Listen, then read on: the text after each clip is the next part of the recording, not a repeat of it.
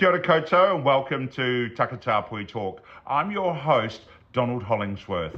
Today, I'm honoured to be joined by Czahn Armstrong, a storyteller, playwright and proud uri of Ngāti Hine. In this corridor, Czahn shares his journey from childhood and leaving home to finding his way back to his whenua and his voice through writing. We speak about identity, resilience, whānau, and what it means to carry and tell our stories. This is a powerful one and honest conversation, one I know many of you will see yourself in. Let's begin. Oh, my grandparents, my mum's parents, and my dad's parents. So my dad's parents were Sam and Sue Armstrong, and my mum's parents were Jim and Sarah Prime. Because I'm the firstborn, I'm the mātau mua of our whānau on both sides. I'm the eldest grandchild, and because my parents were so young when they had me, mum was 16 and dad was 20, I was the only grandchild around for a lot of growing up. My sister and brother really didn't spend that much time up in Moriwa when we were growing up, or in Kaukau for that matter, but I was there like almost every weekend of my life up until I was an adult. And being around those kind of people who are brought up in the church. Yes. So my mum's parents are born again Christian and my father's parents are Mormon. So having that kind of faith around my whole life was very grounding for me. I always saw church as something that was very Māori. I never saw it as a Pākehā way of moving through the world, because in both denominations and both those churches were predominantly Māori people in those congregations. And a couple of Pākehā, sure, but just growing up around people who had old school values that they grew up with, that they were, or the tikanga that was involved in that, like moving through the world proudly as Māori. Yeah, so that was a huge thing. And plus they spoiled me, as they always do with the first grandchild. Yes. Very, what's the word I'm looking for? Indulged. And that was mostly in creative stuff. I really wasn't into sport. Even though I had a natural ability for it, it's still not, just wasn't my thing. What about te reo? Was there a lot of te reo in the church? Yeah, more than I noticed, it was more in the Christian church, because my grandparents used to hold their sessions in te reo. Actually, it was bilingual. Yeah. It was bilingual. But I do remember at one point, I think it's when I was in high school, my grandparents, my mum's parents, my nana and papa, they used to take church at the Mohi Nui Marae out of Waimea. Yes, I know. Yep. So those were always in te reo. I never took te reo at school, because when we were growing up, it was something that was really only for ourselves. It was never utilized as something to forward our careers or like in the world. I was brought up around the reo. We didn't really speak it at home. No. Like growing up, my dad, I remember when my parents split up when I was like 10, my dad had, because he would have been 30 at the time, he went through a big thing about like going back to, he went back to Polytech to learn. But what I've found, and this is even what I found, like being home as Māori, we don't learn our reo. It simply re-emerges within us. No, you live it in different ways. Yep, absolutely, you live it. You live it, and that's how you learn it, any language. I feel. What did you know when your eyes started opening to yourself? Like, when did you sort of think, I'm different? Oh, from a very young age, very, very young age. I think as far as back as I can remember, because of the reaction I always got and still get from the world around me. Yes. Just the way that I move, just the way that, like, I say things. And that's, and that probably has a lot to do with my autism and my ADHD as well. You know, don't think it's just being Takatāpui though? Sorry? You don't think it's just being us, who we are, and Oh yeah. Oh, without a doubt. I think within our community that we we kind of have to move through the world like differently. Firstly, out of safety, yes, first and foremost, because we grow up in the closet and with a lot of homophobia like around us, and we see the violence that happens to other people who are like us, and so it's always around safety first. And I'd have to say it probably still is, and I probably don't think like that will ever leave me, and I'm okay with that. What did you experience at school? At Kura? Well, it was kind of like a double-edged sword because I was very popular at school, Right. but the double edge of that is that you get picked on even more. Right. You know, because it's like, oh, why do you think you're so special? It's like, well, take a look. It's not my fault you're you. You know?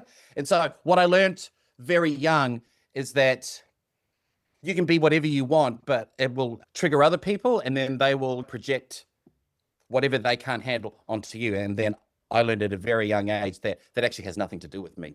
No, it doesn't. And I learned that it was probably a really good lesson I learned at a very, very young age in primary school. And I must say, I got lucky because I was nurtured through school by all the women in my life and all the females in my life. And that's just not at home. That's the girls I went to school with, the female teachers who were teaching me as well. And so when I found out I was going to go to an all-boys school, you'd think a little gay boy would love that. Oh, no, I was terrified. I was terrified. I couldn't think of anything worse. It was that bad that I begged my parents to send me to a Catholic school because at least that was co-ed. Yes. You know? Yeah. And at least there would be like a feminine energy or forces that I could feel safe with. But then when I realized I was going to that all-boys school, like whether I liked it or not, it's just like, well, okay, I have to navigate this for my own safety. Where was the boys' school? Was this like you're 13 when you turned 13? Yeah, so at Whangārei Boys. So Whangārei Boys. So even though I was born and raised up north, we actually lived in Whangārei. Right. In the big city. So, but I mean, like home, and when I mean home, I mean like Kawakawa, Morewa is only a 35-minute drive. So for me, it's really all the same. So even now when people ask me, oh, are you from Whangārei? I've always said my entire life, no, I'm not. No. I lived there. I went to school there, but I'm not from there. No, different place, really, isn't it? Very much so. Different place to home. And did you go home with what sort of, did you feel you needed a little bit more support at home when you came home from school? Like when you were going to the boys' school? Like what? Yeah. But because at that time, my mother had married her boyfriend, who was now my stepfather. Okay. And my sister, who's only 2 years younger than me, and our brother, who's 5 years younger than me, were all at home as kids. And then I kind of realized I was on my own. Yeah. I was on my own, and that no matter what bad stuff came along, I was going to be on my own. Or no one was coming for me, basically. Yeah. No one was coming. It's because they don't understand. Yeah, and that's not actually their fault because they're not living our lives. Exactly. Yeah. And having said that, I've never held that against my parents and stuff at the time, because we've had kōrero over the years, and they've always said, we're really sorry, we should have been more empathetic or more supportive. I said, yeah, sure, but I don't hold that against you. I mean, and I've got to put my own on this. I wasn't the most easiest teenager to fucking deal with. Well, we're constantly on the defense, to tell the truth. Yes. When we are constantly, people are at us all the time. So we learn to be defensive. It's our first way of reacting to any situation. Yeah. And with that defense, it comes in all sorts of form. And because I've got a slick mouth, I knew I caught along very early when I was a kid that my word could get me out of trouble. I could always, just as easily as I could talk my way into trouble, I could just as easily talk my way out of it. And so did you have any like creative outlets that made you feel better, or like sometimes people have sport or? Well, actually, what made me feel better was music. So I used to come home straight from school, lock myself in my room, put my headphones on, and just listen to music. And when I was a teenager, growing up, a lot of it was musicals. A lot of it was hip hop, opera, just basically stuff my parents didn't get or understand. And it actually got at one point, I remember in third form, my parents, it's funny now, but I didn't find it funny back then. They confiscated all my music, so all my musicals.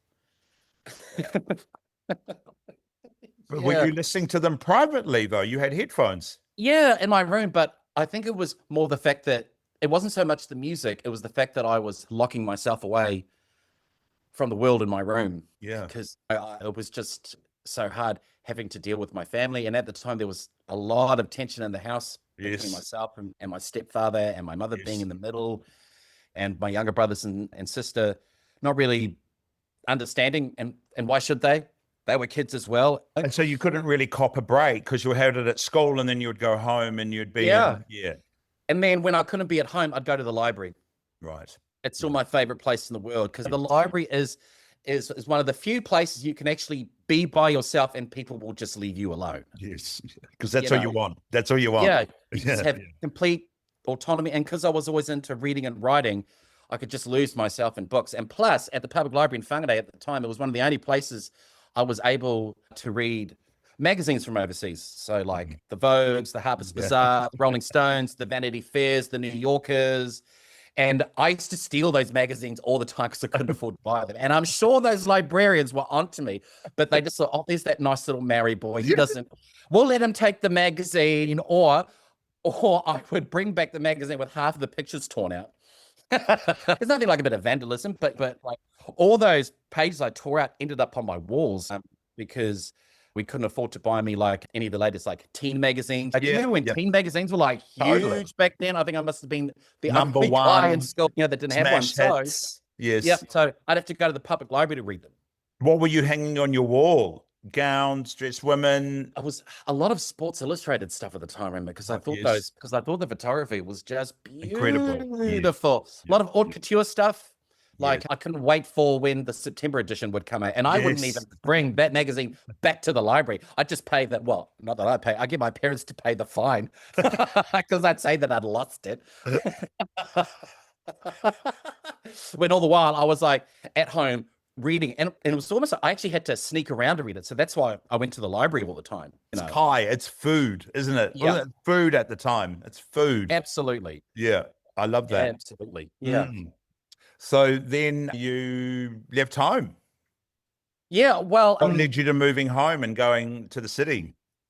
Well, when I was, I think it was maybe 14 or 15, my parents had kicked me out and I went to go live with my dad, and that was an even worse experience. It was just... Oh, okay. Oh, yeah. I won't get into it, but it was really...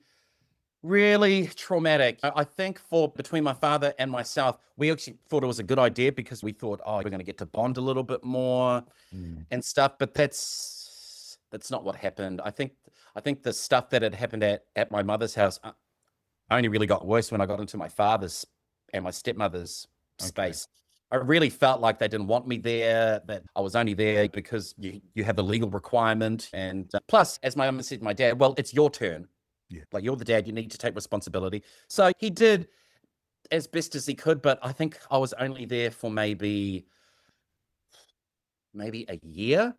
And how did that feel? I mean, that's rejection, really. This is from both of them. It was. No, and all you were doing is being yourself. You weren't actually harming anybody. Well, that's what I'm here. But apparently I was harming everyone around me, and just from being yourself. It was. And then I got into even more trouble at school. I wasn't going to school. I was bunking all the time. I was stealing. It was really toxic. But it was just, at the time, I was just trying to make it from day to day. Yeah. Like I'd wake up in a house that didn't want me, and then having to go to school. Fuck, that was even worse. And then knowing that was the only place I had to go back to. And then it just got worse. And then my parents decided, which is probably the best thing that they ever did. That's when they decided, all right, you're going to go live with your grandparents full time up in Kawakawa. You're going to go to school. Yeah. So I quit halfway through. Was it the 5th form or the 6th form? I think it was halfway through the 6th form. And that's when they moved me up to Kawakawa to live with my maternal grandparents full time. And it was the best thing they ever did. You loved it. Oh, I loved it. And what I will say, my grandparents, they pretty much had me on a tight leash, but loose enough to make sure that I still enjoyed myself. Like they let me go out with friends and stuff, and not all the time. And when I mean, but not all the time, I don't know how many times I snuck out to parties from my grandparents' house.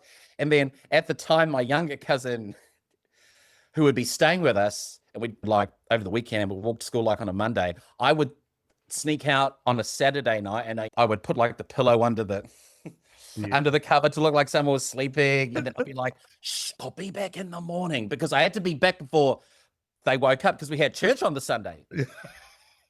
And then so I did that for like a whole year, being at Bay College. Yep. I was like 7th form. It was great, man. It was really awesome just being home. And then halfway through that year, I was approached by these 2 ladies who were part of Northern Youth Theatre. Oh, right. And they were doing the rounds of all the schools to recruit kids for the upcoming summer season. And they came in, and I was really into musicals at the time, and I'd heard of youth theatre. I'd been to some of their shows, and they said, "Well, we're having an audition weekend. Like, why don't you come down?" I was like, "Yeah, cool. What's the show you're doing?" And so it was Godspell. I was like, "Oh, I know that back to front. Yes. Of course. Yes. I can play all the parts." So, so I went along to the weekend. I got cast. Mm-hmm. And Godspell's only a small show. I think it was only maybe like 10 of us, I think. But for that whole season of youth theatre, there would have been like maybe 200 kids. Mm-hmm. Yeah, so like it was huge. And then the guy who was directing us, his name was Jim McMullen. Mm-hmm. He was also a tutor. He just started being a tutor at Polytech at the drama school there.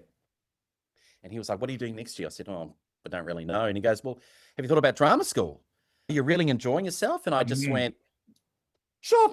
I've got nothing else better to do." So signed my life away on the dotted line for a student loan, blah, blah, blah, blah, blah. And then I did that for 3 years straight out of school. So I finished school in 95 and then did drama school 96, 97. Where was the drama school? Sorry, where was it? In Auckland? In Whānau, at Northern Polytech. Yeah. And when I got there, it had been already going for a couple of years and starting to get like a really good like reputation. Yes. And then I got into that, and then I was introduced to this entire creative world that I didn't know existed. Yes. Did you feel that you'd come home or? Yeah. Well, my people had found me. Yes. Yeah. You know, I've always thought that, you know, I've been really blessed in that way. It's, you know, is that stuff has always found me first. Yes. Yeah. Yeah, because you couldn't even have imagined. No, not at all. It's there in front of you. Yeah. And you take it. Yeah. Absolutely. Just getting back to your grandparents, when you compare them to your own parents, do you feel because they were your grandparents that you might have had a different respect for them? Oh, yes. Oh, yes. Oh, yes, yes, yes. As I got told many, many, many times, my grandparents aren't the parents that my parents grew up with, you know, and I really didn't understand that until I got older. Yeah. You know, because, you know, I can never understand, like, why are my parents fighting with their parents? They're the coolest people in the world. Yes. Yeah, you know, but as I know, now that I'm a lot older now, that, you know, there's a reason why those things are. And I think, especially for my dad's parents, it was a little bit different because a couple of years before I was born, my father was in a car accident with his twin brothers, and one of them passed away after that car accident. Oh. And my father was never the same ever again, you know. That trauma, actually, it really affected our entire family. And then, so he died in 75 and I was born in 78. So when I came along, it was kind of like almost like a new start for, you know, for my family, especially for my grandparents. Because you were the first one. You were the first one. Yeah. And I'm sure they saw that as a way to keep the connection with their son. Yeah. My father, you know, and which it did, you know, and which it really did. So, yeah. And so then you moved to the city, basically, whānau, or then? Yeah. Yep. Was there for 3 years. And then when I graduated, I toured New Zealand for a whole year with this group called the Aunties. I think they're still around. Okay. So they were almost like a Māori version of the Wiggles. So they did a lot of song and dance theatre aimed at primary school kids. And our particular show was, it was all bilingual, and we did Māori myths and legends, and we did Kai and the Whale, and we toured that all around the North Island, all around the South Island. So it was a fantastic experience, my first year out of drama school, to be not only find good paying, solid work, but to tour the country for a whole year. It was really wonderful. And then that's when I moved to Auckland. Yes. And then I got an agent. My auntie V, she had a really great agent at the time, and she basically dragged me into her office one day. Her agent took one look at me and just went, "Well, if you're any as good as your auntie, you're signed up." And so, and so then I was waiting tables on the side, and then just starting out in the industry and stuff. And I've got to say, I found it really just disheartening, because there was like little or to no work for young Māori and Pacifica performers. You were put in a box. Yeah, basically, and through no fault of anybody's, but it was just, I kept having to go for auditions for rapists or gang members and stuff, and I never got cast because I didn't fucking look like any of them. The casting agent always say to me, "You look like such a nice boy. You don't look, you don't." Because I said, "Well, I am. I've never been in trouble with the law. I've never been to court. I've never had a speeding ticket." And they're like, "Yeah, we can tell." Yes. And then I'm like, "Well, how do I get these roles?" They're like, "Well, try acting." And I'm like, "Oh, okay." Did you find it difficult to deliver those sort of lines when you were auditioning for these types of roles? In the beginning, I did, because I couldn't do it with a straight face. Yeah. So I wasn't doing myself any favors. I knew I was talented. I knew I had the goods for it. But what I quickly learned in the industry is that you can be the most talented person there, but it really comes down to look. Yeah. And especially in film, like producers and directors can teach you on technique, how to deliver a line, but like if you're in the theater, they're a lot more harsh, as they should be, and they're a lot more critical. So like in film, you can kind of almost work around it. Yep. Yeah. And this was after after 3 years, it's not that it wasn't progressing. If I'd probably stuck at it, it probably would have progressed to something which I felt really good about, but it wasn't. And shit was just going down. I was in a really toxic relationship. Yeah. He was an alcoholic, and it was my first relationship too. And he was a lot older than me too. Beautiful man. Oh God, tall, blonde hair, blue eyed, broad shouldered. How did you meet? Oh, we met at work. Okay. We used to work in the same restaurant in Auckland, and he was the host, and I was on the floor. I was a senior waiter in Auckland. We were only making, $13.50 an hour, and we thought that was huge. We thought that was pretty awesome. We were the top waiters in Auckland, and we were and making great tips. Man, the tipping was phenomenal, because that was around the time of the America's Cup. Okay. So all those people were in Auckland and just spending money like hand over fist. And then that relationship just got worse and worse and worse and worse, until I'd really, really had enough. And because I was also dealing with the fact that he was HIV positive, which he kind of kept from me until he couldn't hide it from me anymore. Because I was like, "What are all these marks on your body and stuff? It looks like you got a rash." Yeah. What I know, that's now seroconversion. And he admitted to me that he caught it through sharing needles. Okay. And then so I kind of doubled down and just went, "Oh, I can't leave him now." Yes. Because he's sick. And me as the partner, I proudly bore the responsibility of looking after him. But I couldn't in the end. Just the drinking, the temper tantrums, the abuse, it just got too much. It just got too much. And then the final straw was I'd lost my FPOS card. Couldn't find it anywhere. And so I went to go get a new one. And then I checked my bank balance, and the teller had said, "Oh, look, there's no money in here. It's all gone." I said, "What do you mean? I've lost my card. I haven't been spending it." And then she goes, "Does anyone else know your card?" I said, "Yeah, my partner does." And she was like, "Oh, that's..." And I said, "Warwick, no, he wouldn't do that to me." Ugh, I know. And then so she goes, "Well, how about we go through the statement?" Oh, okay. okay. The statement, and she's like, "Oh, you spent such a money at Flesh, and then you spent some more money at Flesh, and then you spent some more money at Flesh." And I'm just like, "Okay, it's him." And then something in me just and so what? Flesh was a gay bar, and it was on High Street, wasn't it? Or yeah. In So Auckland. it was upstairs in the old Squid Bar. That's right. Yes. Yeah, fabulous place. It was great. And then something in me just really snapped, and I just had enough. I literally packed all I could into my bag. went across the road to my mahi, told them exactly what had happened. Mm-hmm. They're like, have you got a plan? I said, yes, I'm going to Australia. My mum has paid for the ticket. And they said, what about your flat? I said, well, it's his name on the lease, even though I'm paying the rent because he's not working. And at that point, I didn't care. And they said, have you got somewhere to go? I said, yep, I'm going to be up at my mum's. He won't dare show his face at my parents' house. No, How was they were your living in mum? Auckland at the time. How did your mum respond to it? Oh, she was overjoyed. She was like, That you'd oh, made this yes, decision. darling. Yeah. Yes, I'm happy for you. What do you need? Yes, I will pay for that ticket to go to Australia. Okay, 'Cause right, at that time, my brother and sister were living over there. right. And they were living in Sydney. And so I went to Sydney first to go see them. And then I moved up to Brisbane. Mm. So yeah, I ran away from a toxic relationship. And it was probably the best thing I ever did for myself at that time. Just like I said before, my people found me over there. Well, some people don't know that it's toxic and they stay in it for a very, very long time. Yeah. Well, I was one of those people. Yeah. Yes. It's like you had voices or people that were with you, which I can only describe as our whakapapa, really. Perhaps your great-grandmother. It's almost like a protection that we have and we're able to make these decisions. Absolutely. And so you never saw him again. That was it.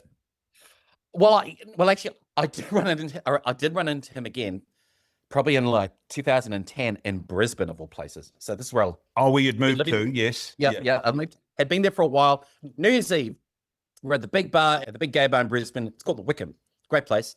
So anyway, I'm there with my mates. We're all drinking, and then my friend goes, "Hey, I got to say, there's this guy that's been staring at you ever since you walked in." I'm just like, "Oh, really? Which one?" They said, "Oh, the tall blonde one behind you." And I'm like, "Oh, okay." I turned around, and there he was. Mm. And right in that second, I just thought, "Oh, I'm actually okay," because in the 7 years between the last time I saw him, I'd actually done a lot of work on myself and forgiven myself and forgiven him. Yeah.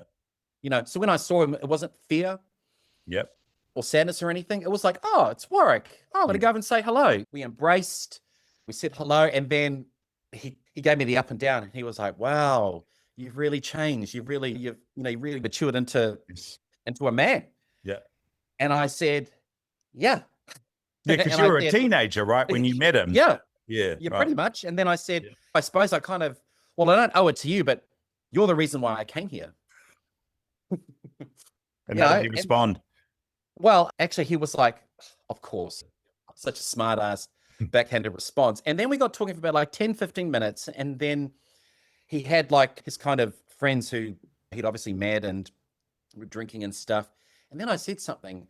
Oh, no, he said something about my mum. And then I said, what did you just say? And he goes, oh, is your mum still like that? And I just went, and then I thought, no, he's poking me to get a response. And I could see it coming. And I just went, it was really lovely to see you. Yeah. I'm going to go now. Because I went back over to my friends and they're like, is that the guy who you left? The one who hit you all the time? I said, yeah. They said, do you want us to go over and give him a hiding? I said, no. I'm sure he would love that, but we're moving on. And then so as I walked away from the pub, he was behind me, like throwing beer bottles and just screaming and shit at me and stuff, almost like a temper tantrum, like from a child. And as I was walking away, it really empowered me just to be like, man, that's awesome. All the work that I've been doing this whole time has served a purpose for if this occasion was ever going to come. And that's probably what made him angry. Yeah. He'd seen how you'd changed. You couldn't control you anymore. Exactly. Yeah. Exactly. Yeah. Did any of that time and him, did it influence your storytelling? No. Because when I was with him, because we were just working all the time and I was doing like auditions, but in terms of like writing, no, I didn't do any writing. Oh, you didn't? Okay. No, I didn't. I'd probably say for a lot of my life, the only time I would really concentrate on writing was when I was in a depression or a funk. Right. And I would use writing to get me out of it. So, and it would only serve as a hobby. And writing was something I never, ever shared with anybody else. Like a few people, like close friends, they would say to me, man, you're pretty good at this, Anna. You should think about a career. For me, just being in hospital because I was really bloody good at it and making really good money. I thought, well, no, I'll just stay in this lane. Let's talk about that lane. So you were in Brisbane and working in restaurants, and what was that like? Like, tell me. many Wonderful. restaurants did you work at? Did you work at a few? Yeah. Well, when I first got to Brisbane, I worked for a guy named Stephen Holmes, and he used to own this restaurant down on the river in Brisbane called Eve's on the River. And luckily for me, a cousin of mine was going through a divorce, and she owned an apartment upstairs.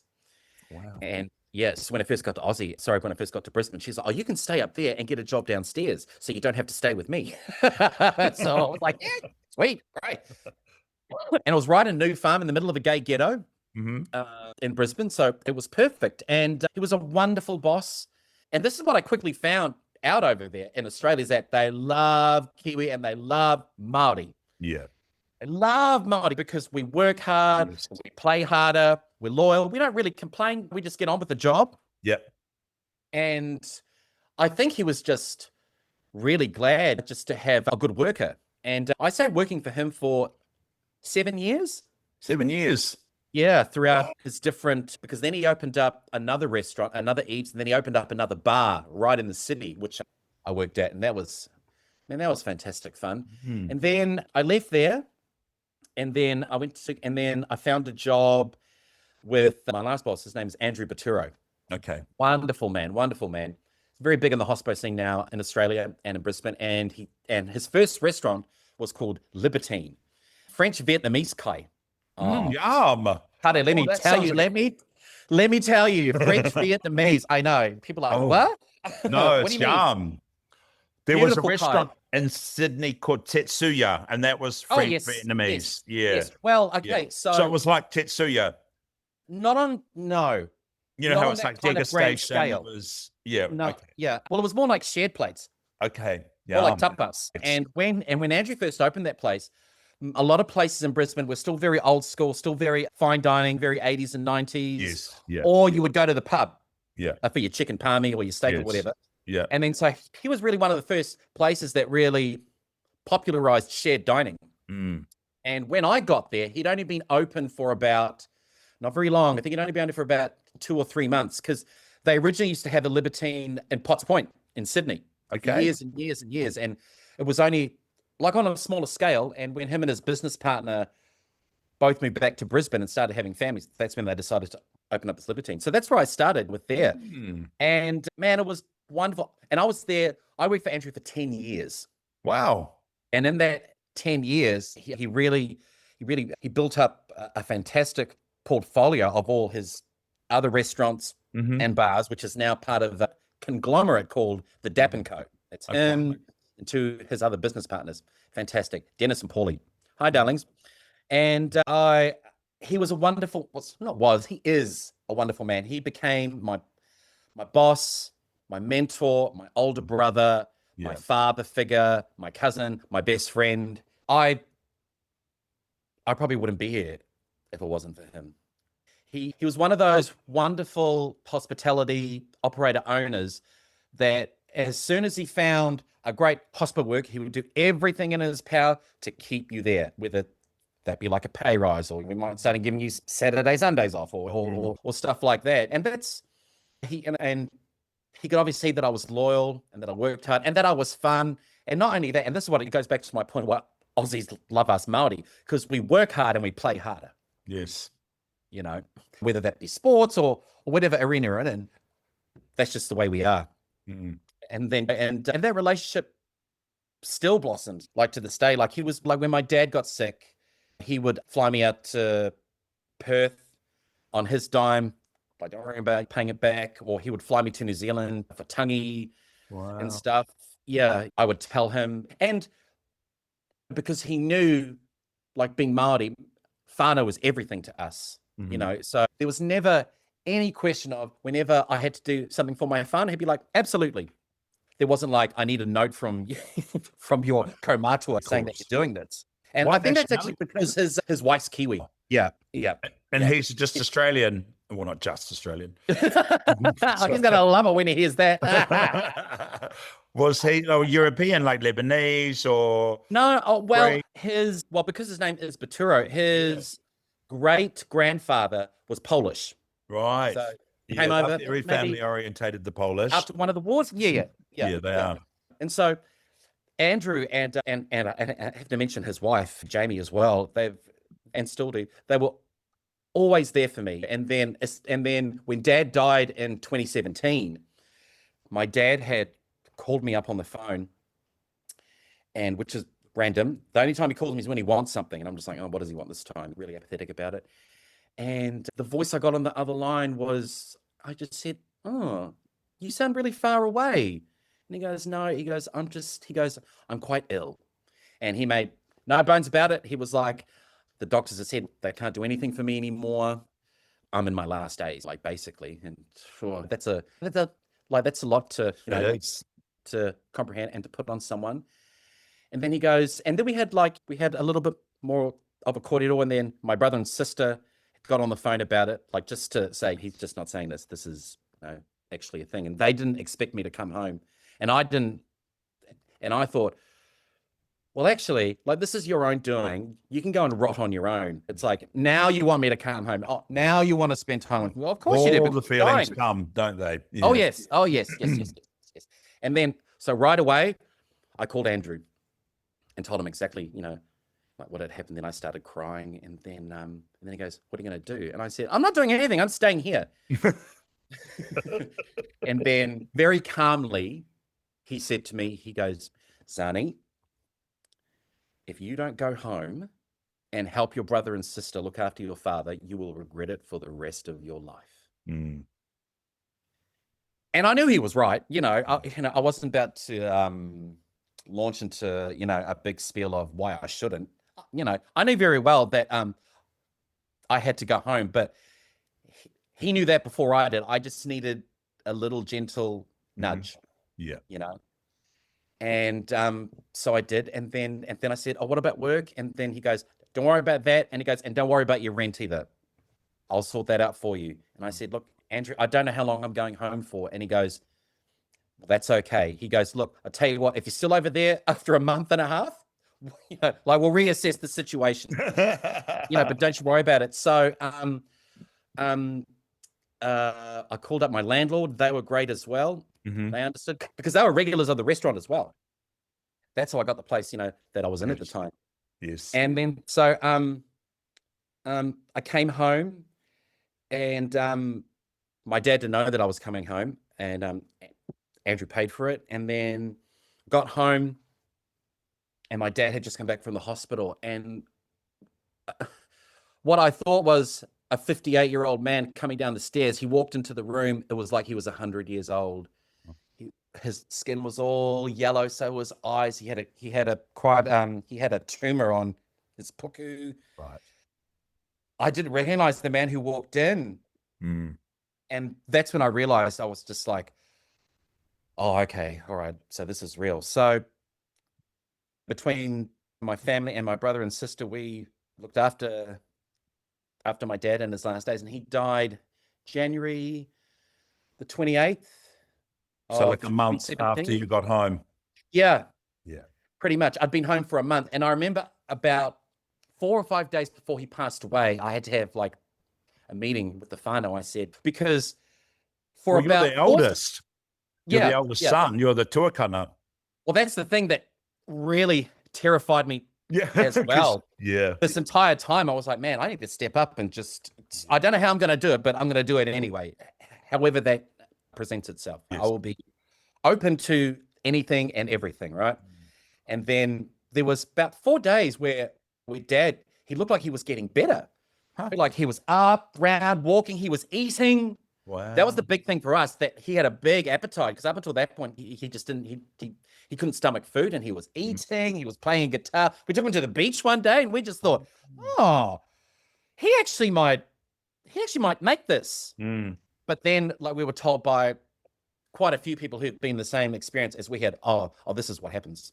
And then literally on the 4th day, pew, it's like a stage of death, do you mean? Stages of death. Yeah, okay. Sure. It's almost like their last hurrah before they have to go back to dying again. Yeah.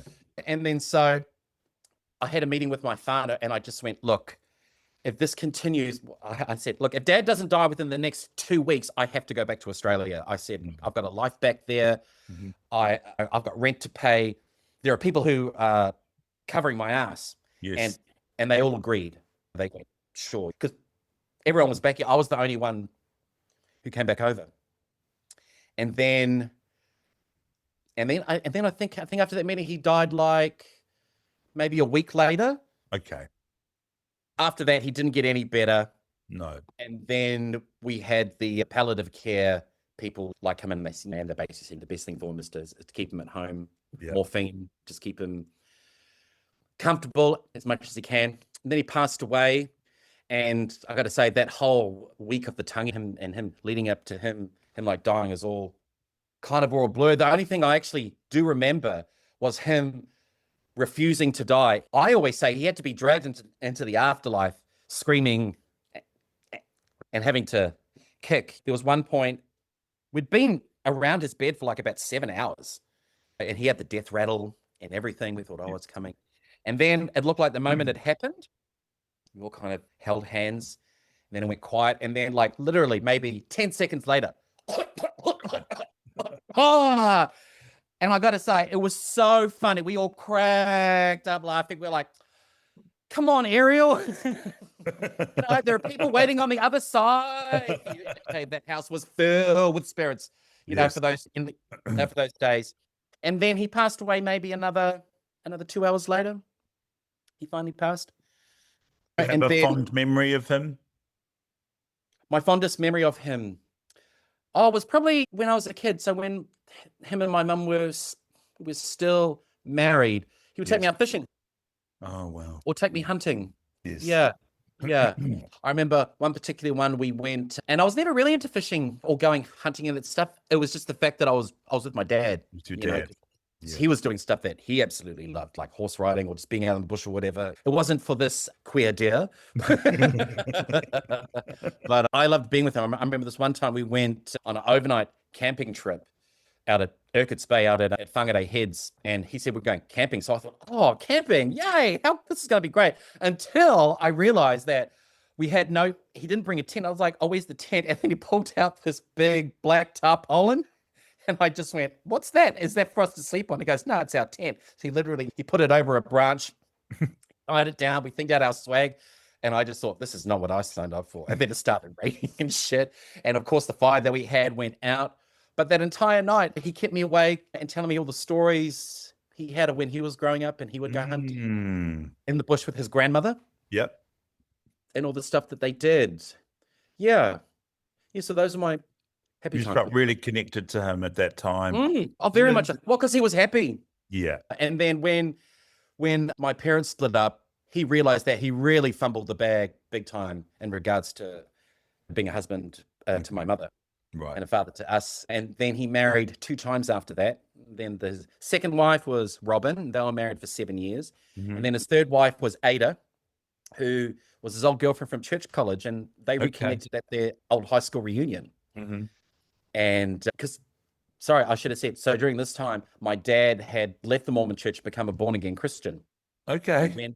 I know, right? And when he met up with Ada, she was still in church and had recently become a widower, and she said to my dad, well, this is the line here, if you want us to be together, you have to come back to church.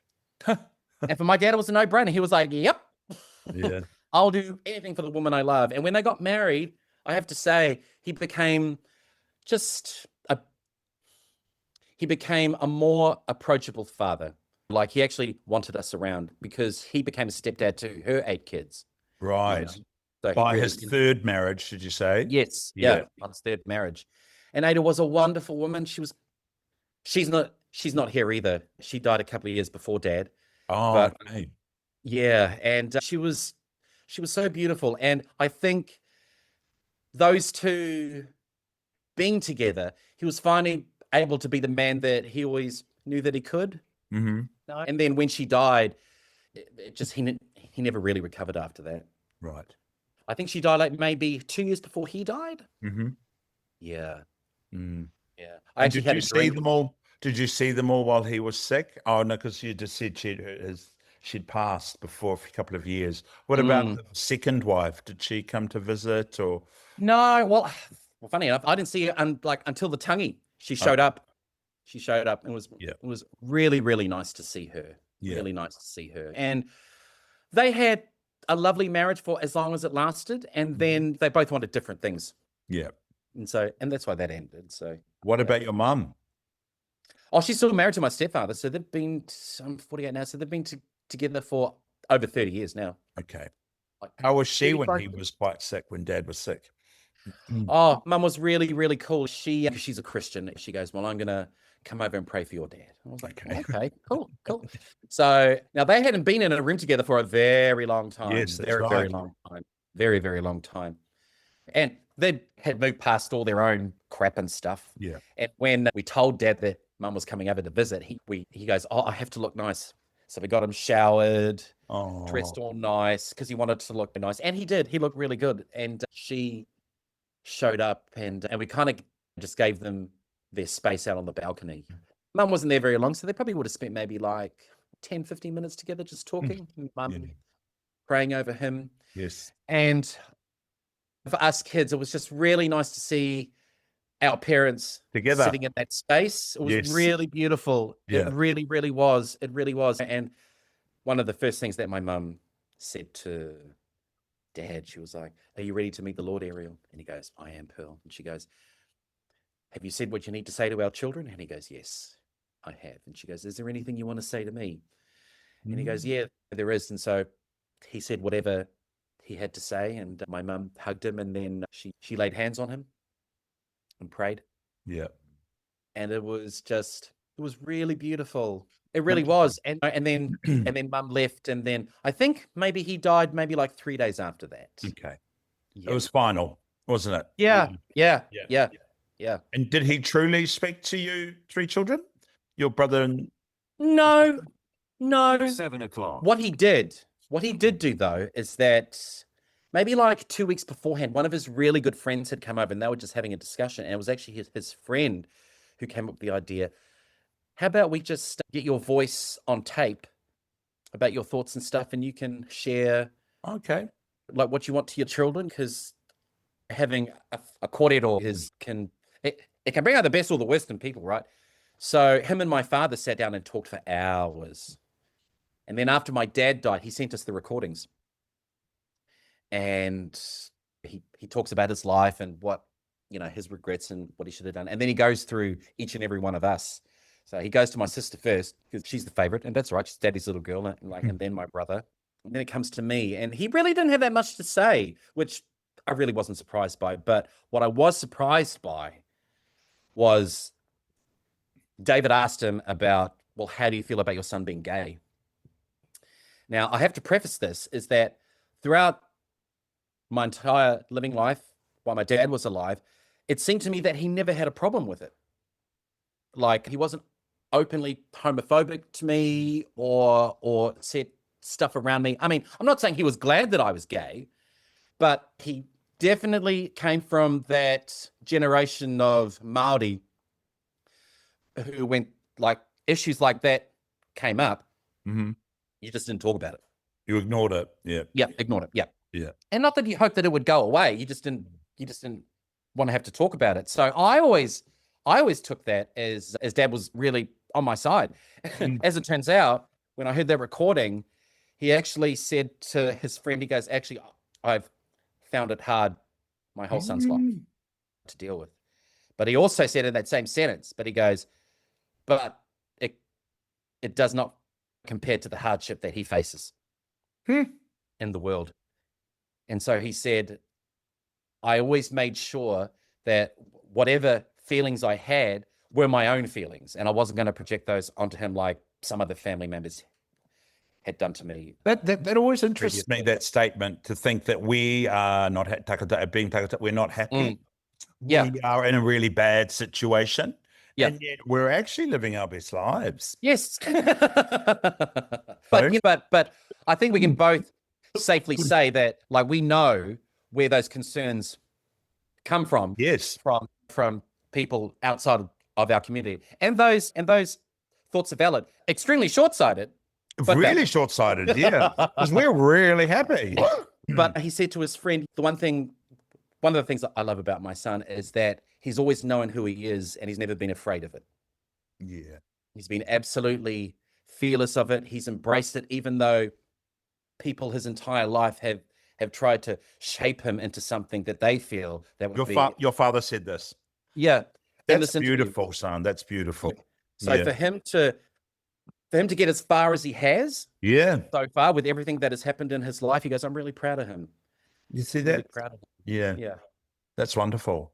And It so was. you went back to you went back to Brisbane after he'd passed, and Yes, I went back to Brisbane and foolishly thought that because I really didn't see my father when I was alive, surely his death won't affect me at all now that he's dead.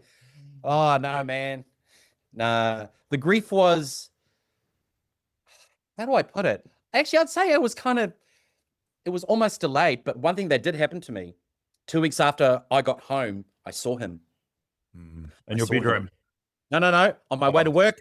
On my way to work. Oh, he's on the side of the road.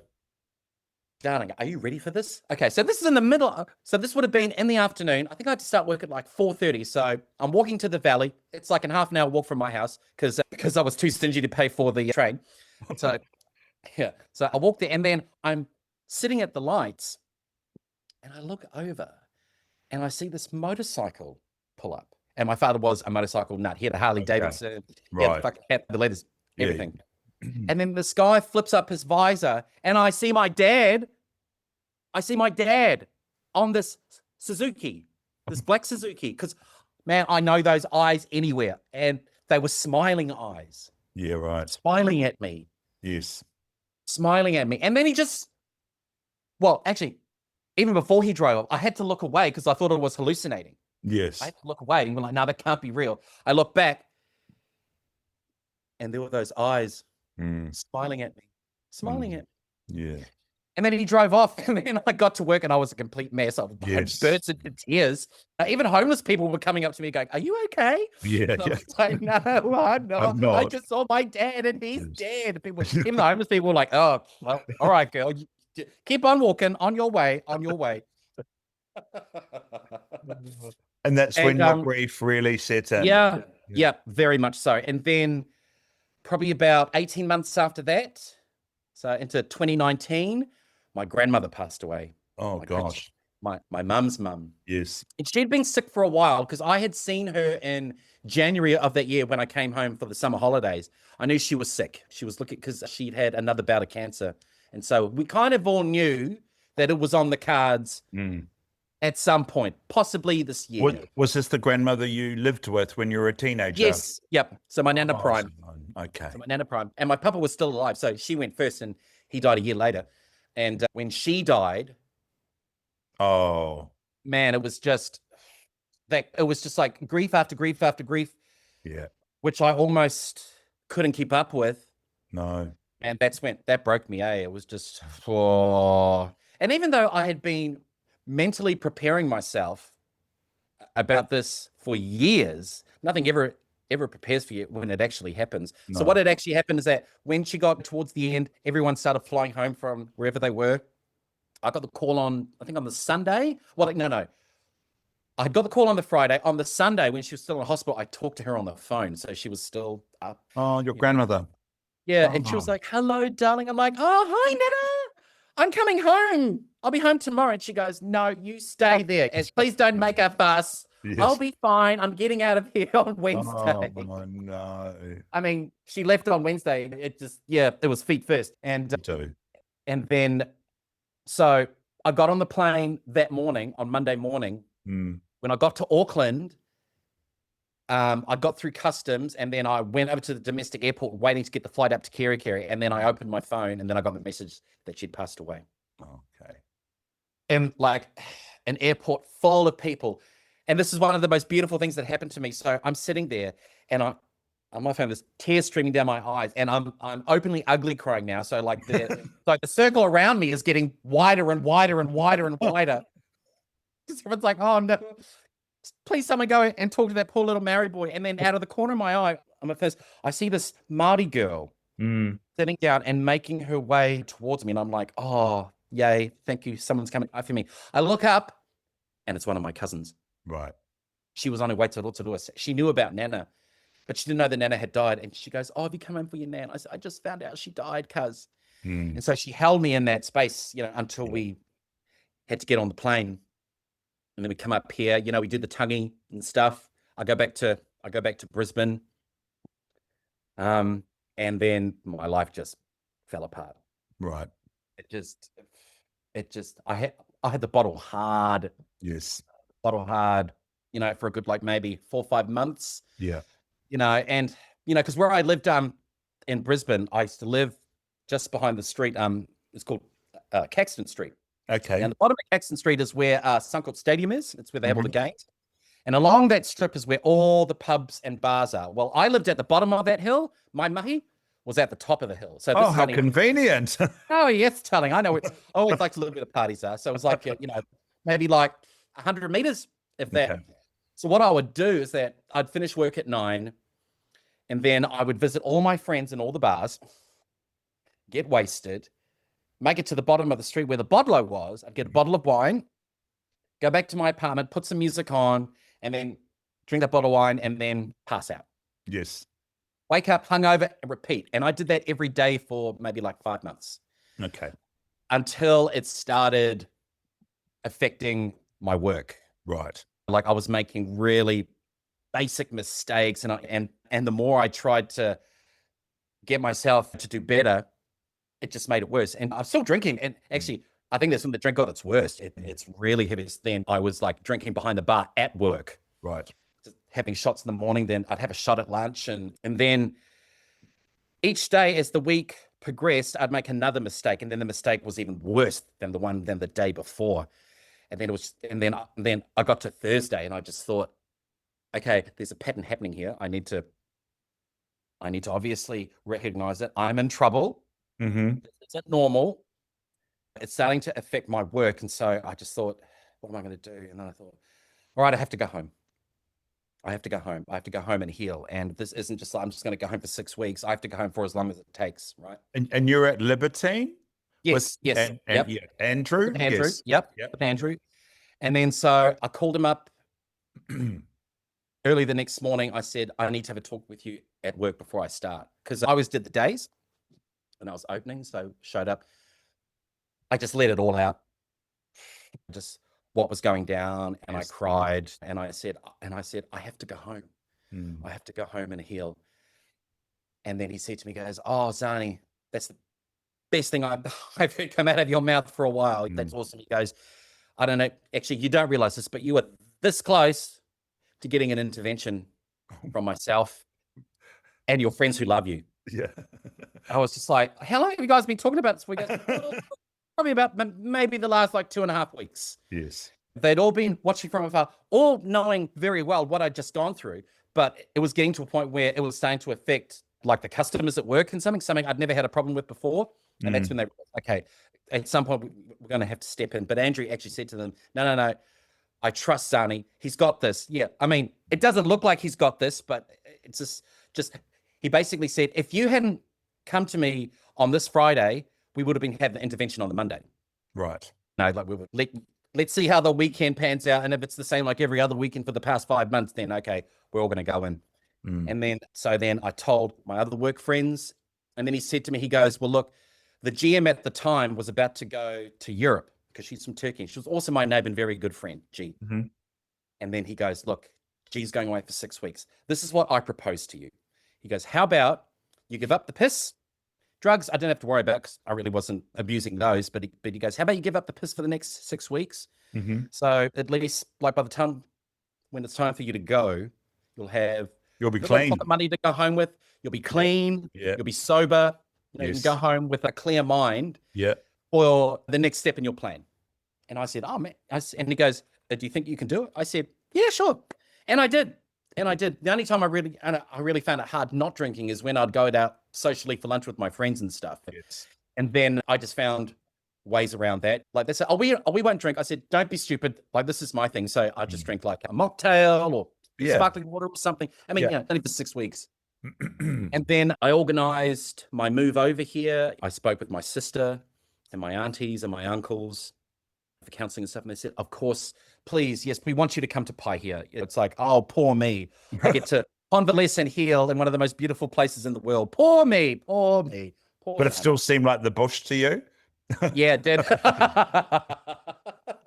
Because, well, when I came back, my brother and sister, they actually pulled me aside and they said, we just want to let you know, now that you're home for good, home's going to be a lot harder. It's not like when you're home for a holiday and you're having a holiday, you've got all this money, no responsibility or what it here.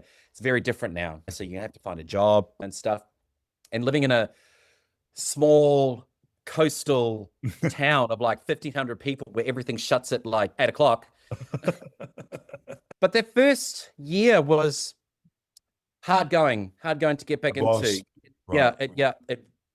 It really, really was. Just basically like reconnecting with my family. Mm-hmm. And I'm not saying that was hard. It was just something I really didn't anticipate. Right. Yeah. How were they responding to you? Oh, they were responding to me great. I mean, I was really open about why I was coming out. I think it was more me because it's like they only have really known me over the past 20 years from coming home for a holiday when everything's really good. Now they're going to get to know like the full me, the old alcoholic uncle who's coming home to heal in our small town. But that was just my own insecurities and making up that own story in my head, you know, and then so basically I got back into hospitality, and then I just started working, and then I was working for one of my cousins who owns a catering business in Kawakawa. And then she shut up shop for renovations for about 6 months. Mm-hmm. Then after the 6 months, we'd moved into the new premises. So the new premises, so her cafe is actually in the old movie theater. In Kawakawa? Yeah. Yes, I know. Yeah. Wow. Yeah. Okay. Yeah. Beautiful. Yeah. And so I went back in. So I'd had essentially 6 months rest. So my nervous system had reset itself. Okay. First week in, and it was just so hard. The vibe had changed. My cousin's expectations as my boss and as a business owner had changed. Obviously, I had not. For some reason, I was like, this feels a lot harder than it should. Yeah. And I'm the most experienced person working in this place, and I couldn't get why. And then just like my alcoholic week in Brisbane, every day just got worse for me. I was making simple mistakes. And then I thought, okay, the same shit is happening, but I'm not drunk this time. So how were you feeling? How were you feeling in a word? Like, were you feeling micromanaged, or what were you feeling? No, oh yeah, sure. Yeah.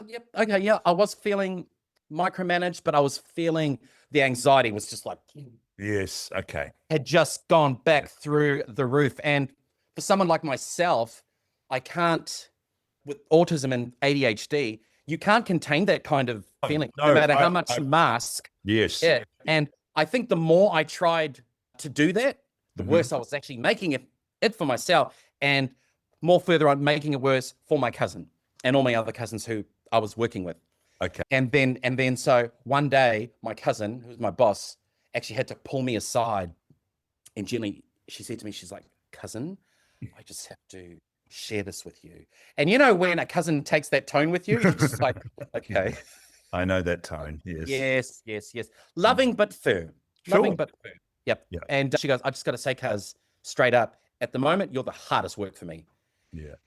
And that hit me so hard. And she was only being honest. And thankfully, I'm so thankful that she was honest, because what that said to me, immediately as soon as she said that, I knew this isn't for me anymore. Okay. So, because this is what happened to me in Australia when I was drinking. I was like, this life that you've been living and having fun, this isn't for you anymore. So the universe is going to move you somewhere else. And then so you can acknowledge and see it. Oh, so can I. Thank God. There's people that can't. Yeah. Oh, look, I got to be honest with you. I think it's because I'd made that mistake probably like 3 times beforehand. And it's just like, man, I'm not. All right, universe, I get it. Okay. So I had a talk with my cousin, explained the reasons why. She got it. Yeah. You know, she cried, I cried, we hugged. And she goes, what are you going to do, Zani? And I just went, I don't know. I don't know. And I'm okay with that because I've been here before. And so then I was staying at my auntie and uncle's farm, and I got back on the motorbike to go up to their house, and I cried the whole way. I howled, man, ugly cried. So I thought, what am I going to do? I just had nothing. And so then I got home, had a karakia, cried again. And then I got a message from one of my cousins who I was working with. Obviously, had just found out what had happened. And part of the message which is the most important part that really got me. She goes, "Don't worry, cousin, your higher calling will find you." Yes. And that really spoke to me. So I thought, What is that? and I thought, am I going to be brave enough to say to the universe, what is that? Yes. What is that? Yes. And then so what I realized whenever I've faced stuff in my life, I've always written stuff down. So Right. basically, I got out my pen Yeah. and I got out my pad and I just went, I'm going to write. I'm going to Wow. write. I'm going, actually, here it is here. Wow. Yeah. Yeah, you've got to keep that forever. Oh yeah, I plan to. I think the date on the date here says February 3rd, 2025. So I write that, and then I'm just like, What am I going to write? What am I going to write about? And then I thought, sorry, I should have said this earlier. What? So for the past couple of years, I've been involved with a bunch of artists, actors, and directors in whānau presenting readings of Māori play Oh, okay. by a company called the Native Stage Collective. So it's actually the artistic director, or the creator of it. It's actually one of my aunties. Her name's Nor Campbell. Okay. Actor, director, writer. And so I'd go to whānau, we'd do these readings, we'd do rehearsal and stuff. And then every so month, the collective would get together and just like have a little whānau share about stuff we're working on. And one of the meetings that I went to, I knew for a fact that everyone who's going to be at that meeting was already working on stuff. Now, me, I didn't have anything. And I thought, I'm not showing up to this meeting empty-handed. So I was like, what am I going to talk about? And then so I remembered my auntie Ave had approached me not long after my father had passed away when I was living in Australia, that she said if I was interested in writing a play about my great-grandmother. Wow, okay. So your auntie Ave, was that your father's sister? Yes, yep. And she goes, "You've got talents in writing." She goes, "How about it?" And I just went, "No." I really wasn't interested in it at all. Really. Why? Is that your feeling about your grandmother or your great-grandmother? Sorry. No, I just didn't want to write. It just, Okay. it seemed too, I'll be honest, it just seemed too hard. I just thought, oh God, all the research. No, I'm not into that. But as I'm walking to this meeting, that comes into my head. I thought, oh, I'll talk about that. So I did. And so basically I got to the meeting and I told them, I said, I'm going to write a play. It's called I, Woman. And they went, oh, I. I said, well, it's actually AE. So the Māori kupu for yes. Yes. So it actually means like yes, woman. So I said, it's actually about, it's a true story about my great-grandmother, my dad's grandmother, and about how her land was stolen from her in the 1960s through a land development scheme, and how she spent the last 20 years of her life trying to get it back through the courts, and how the bureaucracy and misogyny and racism of it all really wore her into the ground, and through PTSD and her dementia, and it essentially destroyed her. And when I said that to them, they all just went, that really happened to her? Yeah. And it's not even that long ago. And I said, yeah, and we're still fighting it to this day. We're actually at the pointy end. We actually probably are going to get our land back, but my family had to jump through so many hoops over the past 60 years. Because when my great-grandmother died, then, because she thought she was going to get it done in her lifetime, then it went to my grandfather and his sisters. It didn't get done in their lifetime. Then it went to my father and his brother. They died, still fighting. So now it's come to the third generation of us. Where is the land? Oh, out of Pipiwai. Pipiwai. Yeah, Which is in what region? It's up north, I understand. It's up in Ngāti Hine, up in Ngāti Hine. Takatāpui. So it's about 40 minutes drive west out of Whangarei. It's right in the bush, man, on like a tiny little dirt road. Beautiful. And place. So this land, this whenua, had been in your great-grandmother's history or whakapapa for... Oh, generations. Hundreds. 200 years. Yeah. Oh. 200 years. Yeah. And then, so I thought, I'm going to do this play, right? And so I'm sitting at home and I'm just like, all right, Zani, so how are you going to write this? So, because you're going to need research, right? Yes. Then I remembered my aunt had sent me, because 10 years beforehand, my auntie Ave, through the help of other whānau members, my auntie Deloraine and other people, had acquired research to put forward a claim for the Waitangi Tribunal. Okay. So that was like in 2014, right? Yes. So that was at the time where the tribunal was actually going into the marae around a lot of rohe around New Zealand to hear the grievances, like firsthand grievances. And at that time, my grandfather's sisters were all alive. So they all got to give evidence at this hearing.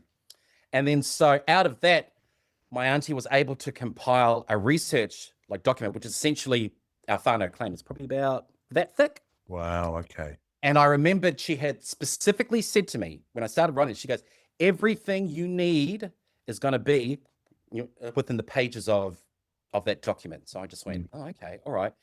Started reading it. And right away, I was already put off because I was like, I don't understand any of this because I'd never read a legal document before, let alone one on this kind of scale, like 400 pages long. I kind of describe it like someone tells you that you're going to learn how to drive a car. So they give you a manual to a Mazda 323, right? And so you're just looking through at all this jargon and all the photos, all the diagrams. This means nothing to me. Yes, I see what you mean. But I didn't get disheartened. I thought, no, Zana, you can't jump off the wagon now. You haven't even started. So I said to myself, okay, well, hang on. Two things I know about myself. I'm a good writer and I'm smart and I'm a good reader. So what I'll do is that I'll just start reading this. I got my pen, I got my notebook, and every time I come across a word or a phrasing I don't understand, I'll find the meaning of it and the derivation of it and learn it that way. Okay. So I went through that 400-page claim, word by word, sentence by sentence, page by page. And that probably took me about 4.5 weeks. 4.5 weeks. Now, when I got to the end of that, I actually realized, oh, okay, this stuff is actually starting to make sense now. So from that, I'm able to start a narrative of like how I'm going to go, how am I going to tell the story? Because that was also one of the other things. I thought, how am I going to tell the story of someone in dementia? Because my memories of my great-grandmother, because she died when I was 7. She died in 85. Okay. I was 7 then. I remember her as a very scary lady. So when we would go down to her house to visit my cousin Muz, who lived and looked after her, whāngai child, also a moho, she wouldn't let us have any of the lights on because that wasted power. So we could only have the TV on, and she'd be sitting in the corner facing the wall talking to dead people. Right. Now, as a youngster, as like a little person, it just freaked me out. Yeah, of course. Yeah, just scared me. And then so I thought, how am I going to write the story? Because originally, the idea for the play, I was going to write it as a solo show for an actress. So I just focus on my nan and her story. What I quickly realized, because I thought, well, if I'm going to write about this, I'll start with my memories of her and then just kind of work my way like backwards through her own timeline. Does that make sense? Yeah, right. It does. Yes. Okay, right. And then once I started writing that, I quickly realized that I said, I can't tell the story without also telling the story of my cousin Muz, who is a caretaker and lives with her, right? Yeah. And then I realized, I said, oh shit, I'm going to have to ask him. Because I thought, if he says no, I don't have a show. But it's like, well, just ask him. He might say yes. And thankfully for me, he was all up for it. He was excited. He was like, oh yes, Zani boy, I want people to know the Nan that I knew. She wasn't the crazy lady that you remember. And he goes, and having said that, your memories are valid, but there's a whole, she existed for an entire life. Yes, correct. Yes. An entire life before that. And so that's when I came up with like, well, that is what this play is going to be about. So then I broke it up into 3 acts, and then I thought, well, how am I going to, because this all happened like 10, 15, 20 years prior to when she got sick with dementia. Yeah. And then I thought, oh, I'll use her dementia as a dramatic device. Yes. To tell her story or to tell the flashbacks. Yes. Yeah. And that just opened up the whole thing for me. And I just went, just started writing hardcore. So first I started writing in an exercise book. Yep. That got tired pretty quickly. Like I got to like page 24. Because then I realized I'm either going to have to type this out or rewrite it again. So then I got up my old trusty typewriter. Nice. Yes, a gorgeous 1961 Hermes Seafoam Green. Oh, nice. with matching vintage typing paper. Thank you. Of course. And I was living my Hemingway fantasy life for about 3 days. Yeah. You know, typing furiously with a fag in my mouth and a Yes. wine, you know, up until early hours, you know, just the Yeah. creativity just flowing out of me. Flowing out of you. And then that got tired because I realized how shit my typing was and that there's no backspace button. They don't sell Twink anymore, for God's sakes. And Oh, so, right. you know, I was, you know, that red pen, you know, became my best friend. I was like, red pen, red pen, red pen, red pen. Right. Then I just mentioned it in passing to my parents, my mother and my stepfather. And then 2 days later, I get a package. Well, actually, it was my brother who brought it in. A new laptop with a matching printer and a giant box of paper to go with it. Yeah. And then you were It off. changed my life. Yeah, it does. It Yes, would. technology changed my life. You know, I went through, you know, over those weeks, you know, I went through the entire change of technology for writers and creative artists. Yes. You know, I starting out with a pen, then went to a typewriter, and then finally onto a computer. And then just so I started writing furiously. And then one night I'm writing, and then I'm thinking, gosh, man, I wish Ave was here, you know, my auntie, you know, because I really wanted to share this with her. And this, you know, and then I'm doing this, and I swear, as soon as that thought left my mind, I see my aunt walking past my window. Your Auntie Ave, your my Auntie Ave. And now me thinking my Māori brain is now engaged and just be like, oh my God, she's dead and she's come to visit me. And I just went, Av. And she turned around, she goes, oh boy, hi. I said, what are you doing here? She goes, oh, I've got a stall up at Waitangi Day. We're all staying upstairs at your sister's. Mm-hmm. And she goes, how's the play going? I said, come in, sat down, and God, I must have talked her ear off, you know, for maybe like 3 hours, you know, just everything that I had, you know, I was going through with my job and, you know, and she goes, wow, how did you come to this? I said, well, I think the universe just got sick of my shit. And I just decided to go, okay, we'll do it. You surrendered. You surrendered. I surrendered. Absolutely. Absolutely. Absolutely. And then, so, you know, we carried on having our kōrero. And then she was like, excuse me. She goes, well, how much have you written? I said, oh, I've written a couple of scenes. I read them out to her. She was very quiet. And she goes, you are now ready. Oh, you are ready. You are ready, my nephew. Yeah. And I said, what do you think about the scene? She goes, keep writing. You know, just like, you know, you've only just started, my bro. So yeah, that's right. Because you want to connect it all, because she knows all the information. Yes, exactly. So, yeah, exactly. Yep. And then so that would have been in Feb. Still, I'm still writing. And then luckily for me on the way, I've had I've had two mentors on the way. So first is my auntie at Native Stage, Nor Campbell, and also one of my ex-tutors from drama school, Julie Edwards. right. Another writer-director. Yes. Was that drama school that you went to when you were in? Yes. Wow. Yeah. I ran into her at one of the readings that I was doing for the Native Stage. I hadn't seen her in like 30 years. And she clocked me as soon as I walked. She was like, Czahn, hello. These people are coming to you, eh? They just come. Yeah. Yeah. Yeah. They're And like then, little gifts that come, you know, like, here you are. Yeah, this is who you pretty need. much. Yeah. Exactly. And then so she knew what I was working on because she'd been talking to my auntie about it. And then she goes, you know what? I'm working on a play too. And so I was, auntie, why don't we have a little whānau at my place on the weekend? Yeah. I'll cook, you know, clean, show up on the Friday, we'll write, you know, like whenever. So we do this whānau. Now at this point, I've got the first half done. So I've got Act 1 and half of Act 2, still in a really rough form. Yeah. They read their stuff first. Awesome. And then it gets to me. And I think I'm going to read it out. And they both go, oh, no. We'll act it out for you. You know, because I had scripts for everybody. So you can see it. So that was the first time I'd ever seen my own work in front of me. Very visceral experience. And it was powerful. I think it's the only word I can think of. Powerful. Like they were crying all the way through it. I was crying through it and stuff. And they both said, you've got something very special here, young man. Very special. I mean, yes, the story itself is, but the way that you have written it you're on a really good trajectory. And out of that whānau came some really great ideas. Okay. One was how to end the first act. I'm not going to spoil it here because it is a goodie. Yeah. You'll have to come watch it. Yeah, we will be. When it's up. Because I had written the scene another way, and then I think it was the both of them. They said, "How about if you do it like this?" And I just went, "Oh, oh wow, okay."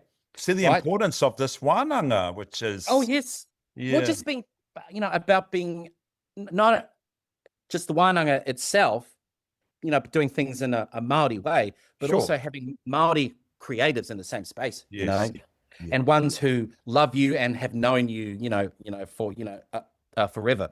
And then so I continue writing, and then I decide, because I'm kind of getting close to getting a first draft done.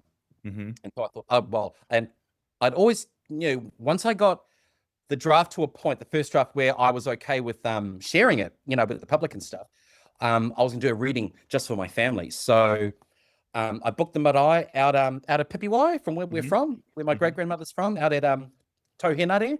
Okay. And I picked it for October the 5th, which was when we did it on the day, 40 years ago to the day that she passed away. Oh, okay. Yeah. So all my whānau came. And she would have been there. Oh, yeah. Oh, if that was her marae, she would have been. Everybody else. Her and everybody else was there.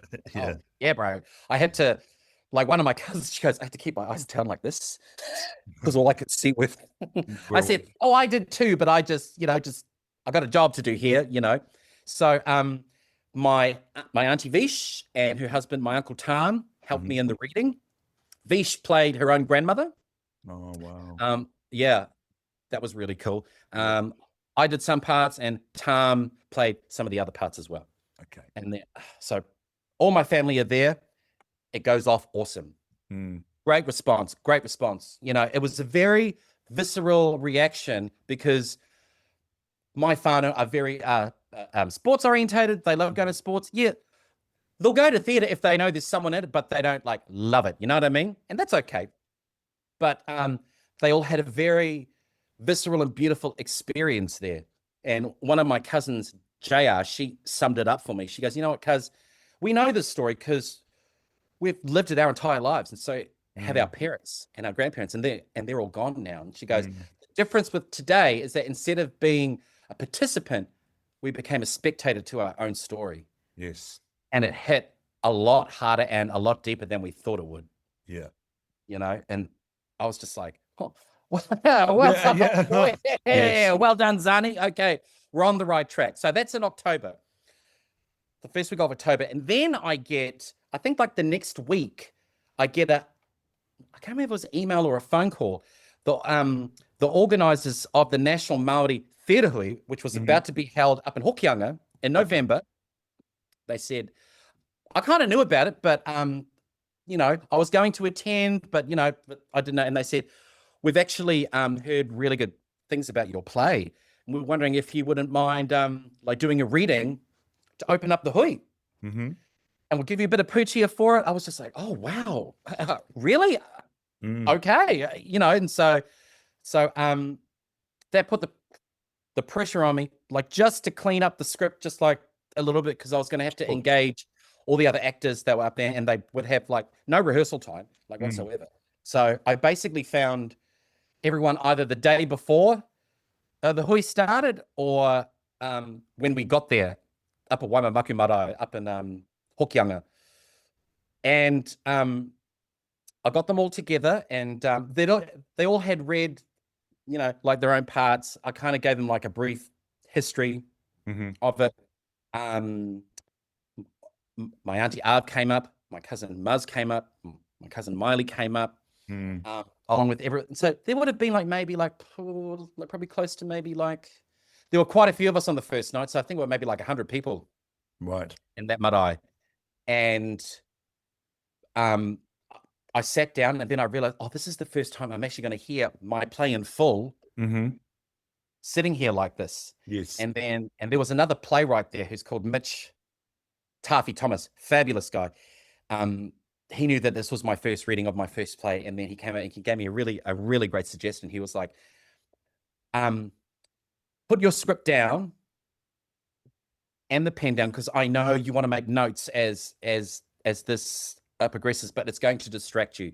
He goes, just watch it, because you'll be able to absorb a lot more of what the script needs if you're not distracted by your own words.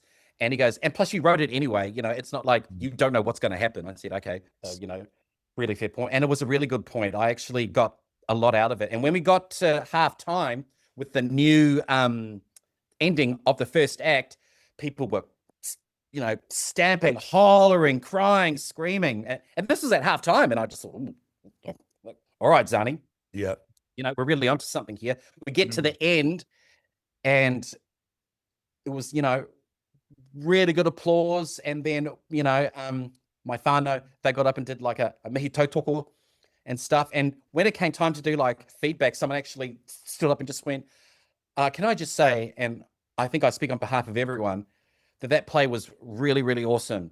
But because it had such an impact, I don't think anyone is really in a position to, to give you really, really good feedback. So we're here for the next 3 days. We'll give it to you over the next 3 days. But I think what everyone needs right now is a cup of tea and a biscuit. Because this has been so powerful. Yeah. How do you look after yourself in such an intergenerational, story? Powerful intergenerational story. Do you feel any particular weight or? No, because words are healing. Yeah. So what? I'm just a conduit, for all this healing, and it's already worked on myself and other members of my whānau, and especially for my younger nieces and nephews who came along to the first reading. They were like, they want to know more now, and they want to know more about that side of their whakapapa, Because this is what I'm understanding about you, is that your writing is what's been healing you. Yes, Yeah. and continues to. Yeah. So it's your hauora, it's your type of hauora, really. Yeah, absolutely. And with healing comes strength, and with strength, comes knowledge, so when we know better, we do better, right? And as I continue on this, so essentially the point where I'm at with the play, Yes. which I don't know if I mentioned the name. Oh yes, I Woman. I'm at the point now where I'm looking for producers to help me produce this play, to get Pūtea up. Yeah. Because what the script needs now is a workshop. Yeah. So that's the process where we don't really cast. We just get like a bunch of actors, a director or a dramaturg in with the producers and myself, and really work the script and really form, this play into something that can That's be what a good producer on the does. stage. Yes. Yeah. Yes. Hopefully our podcast can help, anybody that can be listening to this sort of thing. It's going to. And I can't wait to meet you people. I can't wait to meet you. So hopefully our podcast can help you with that. Yeah. I love that. Yeah. And that's what I really love about sharing what you're sharing with, because, a lot of my conversation, I want to talk about how we care for ourselves in this. What is our type of hauora or care that we go to, and writing is, and being creative. And that's certainly, if I think of myself as a creative person, which I am, that's where I get a lot of relief. Yeah. Definitely. Yeah. And we can only do this by ourselves, Yes. and Yes. And that's also the thing that I've really discovered, on this journey so far. It's because you are doing things on your own. It can really take a toll on your body. Yeah. Because you're just pumping so much stuff. And so I really learned to rest when my body says rest. Okay.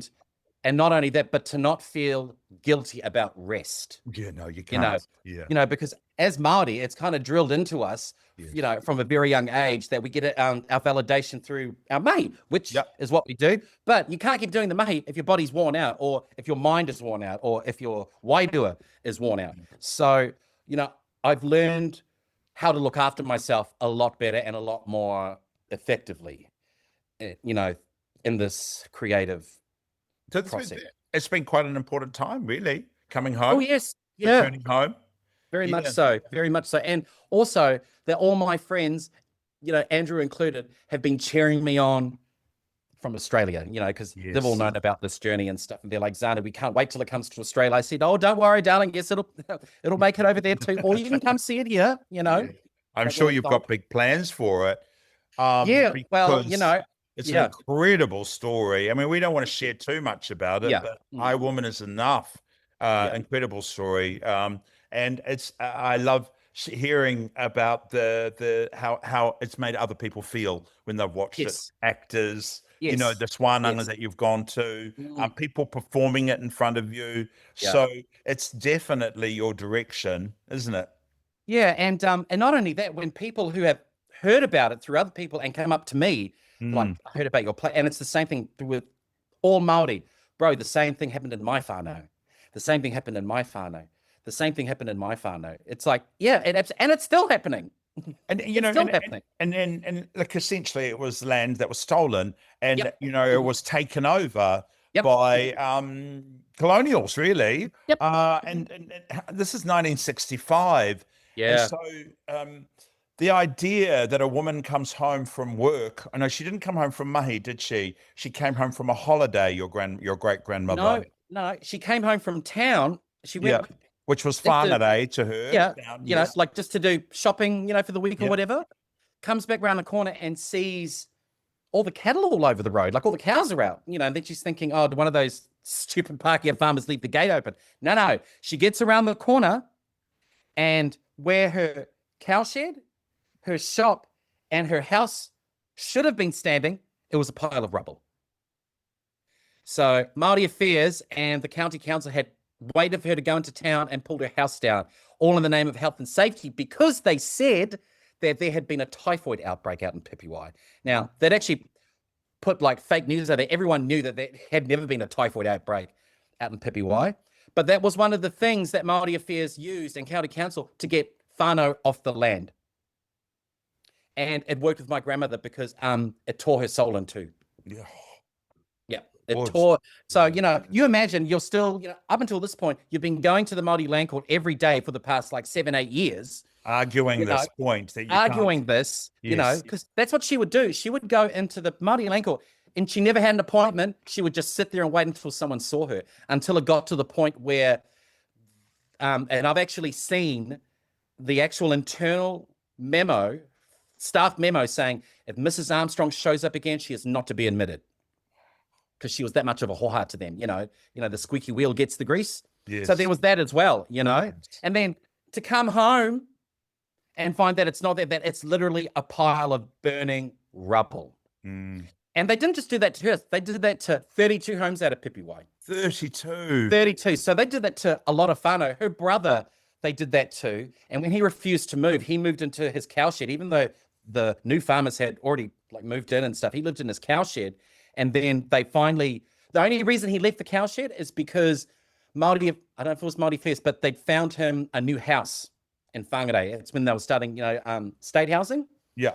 So they moved him into town into Whangarei. He died within a year.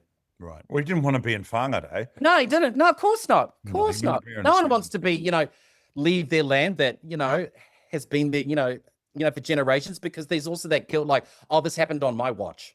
Mm. You know, this happened on my watch. This is, you know, because obviously I'm going to let Takatāpui Talk travel the world as much as I possibly can. And it's like, this really has people understand what's going on in the world has been happening here. Yeah. Forever. Mm-hmm. Yep. Yeah. Yep. For almost 200 years. 200 years. Yeah. Almost 200 years. And, you know, with your great grandmother and her story, or your whānau's story, this is 1965. That is not that long ago. Yeah. That's Not that long ago. Oh, sorry. I didn't even bring up how she found out in the first place, how her land got taken away from her. So her mum died in 1958.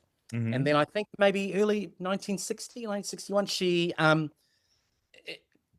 it had already been decided who was getting what land. Right. You know, so not long after she died, Nan goes into town, goes to the land court, decide, you know, to sign everything over, just make sure everything is where it should be. She gets there and gets told, oh, no, your land's been acquired for a new land development scheme out of Pipiwai. So you're no longer a landowner, you're a shareholder. She was just like, I didn't sign up for this, Yeah. you know, and so that's when the hui's starting out of Pipiwai, you know, Yes. like They like, oh, did you sign? Or did you sign? Or did you sign?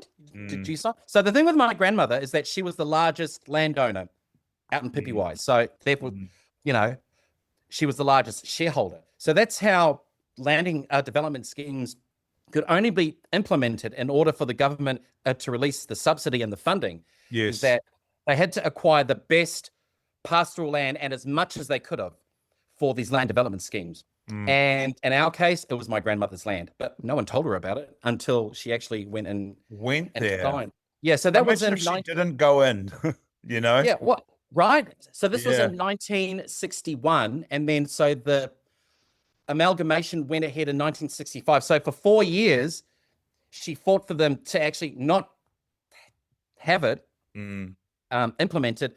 But this is also the thing that I found in the research, that there were quite a lot of people who wanted the scheme to go ahead out in Pipiwai. As it turns out, yeah, well, see, here's the thing. Now that people are no longer landowners, they're now shareholders, right?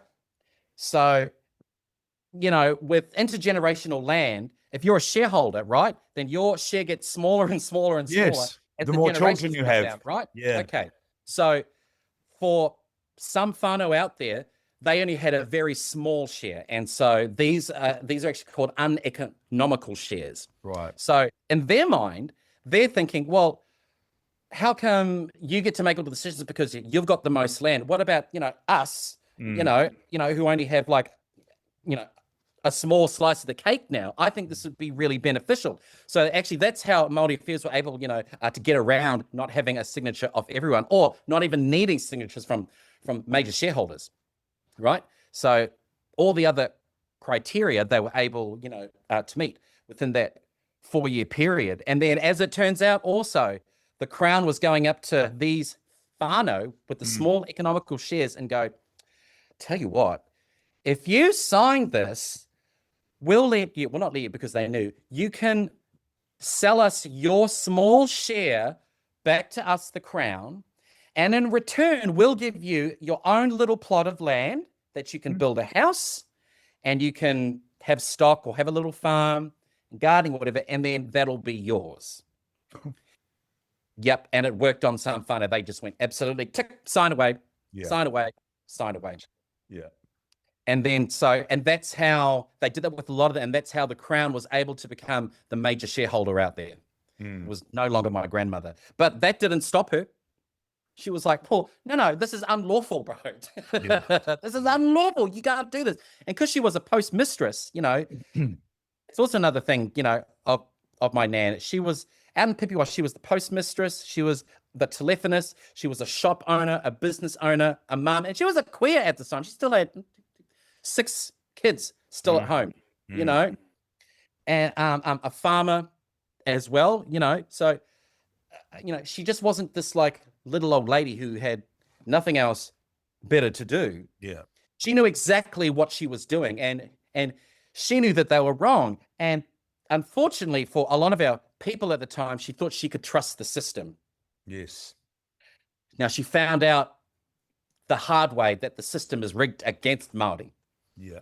It's rigged against us. It's rigged, you know. It is. You know, it's like when you go into the casino, it's set up for the house to win, right? Yes. Yeah. Well, that's how it was here. You know, for her. And as I was going through the research, I came across a transcript of one of her court dates. So it's all verbatim, and it's essentially the cross-examining lawyer and the judge tag teaming her. It's just awful. Just, you know, blatant racism, blatant misogyny, you know, to her face, you know. But, you know, she kept her back up. She kept her mana. Yeah. And she, you know, and she continued through that. And that's basically one of the main reasons I've discovered writing this, is that this is a reclamation of our nan's rangatiratanga, you know, because essentially that's what they did. They acquired her land and then they destroyed her mana. And, you know, they did. And they succeeded. They succeeded. Yes. They got exactly what they wanted. What they didn't count on was my whānau. Because here we are, 4th generation down, you know, and I'm writing a play about it. And I really believe once this play is up on stage and out to the world, they're going to see my play and they'll have no choice but to give our land back. You know? Wow. Yeah. Yeah. Absolutely. Because the courts, I mean, the courts are really dragging their feet, you know, because the order has to come from them to the trust that is there now. Yeah. To release that land out. You know, Ngāpuhi have, you know, we haven't even gone through settlement. Yeah. Yeah, we haven't. Yeah. We haven't And gone rightly through so, you know, because of like, this should be hapu led, you know. Yeah. You know? It should be hapu led, but it's not. Everyone's always like, you know, where's my land? That's my land. Yes, that's mine, not yours. Do you become overwhelmed sometimes when you're reading the information and you know, and Not you're anymore. researching? Okay, you did before. I did before. Because it's powerful. And that was one of the, I knew that was the first big hurdle I knew I had to get over. Because if I don't get the research, well, then there's no play. Right? Of course. Yeah, of course. You know? Yeah. And also, and once I got all the information down, what I did is that because I'm a visual person, I had to have some sort of visual cue for me while I was writing and typing, instead of having to flick back through the case file. So what I did is that essentially I put up a giant mind map all over my wall, all over my windows, that would really help. An entire timeline of my great-grandmother's life, like from the time she was born, the kids she had, her first husband left, right up until she died. You know, and I've only just taken them down, and they were up on my wall for like a year. Yeah. You know? Well, it would have helped, wouldn't it? Oh, it did. Yeah. You know, it did. And you know, I'm at the point now where I was like, oh, I think I'm ready to take those down now. You know, because I'm at that.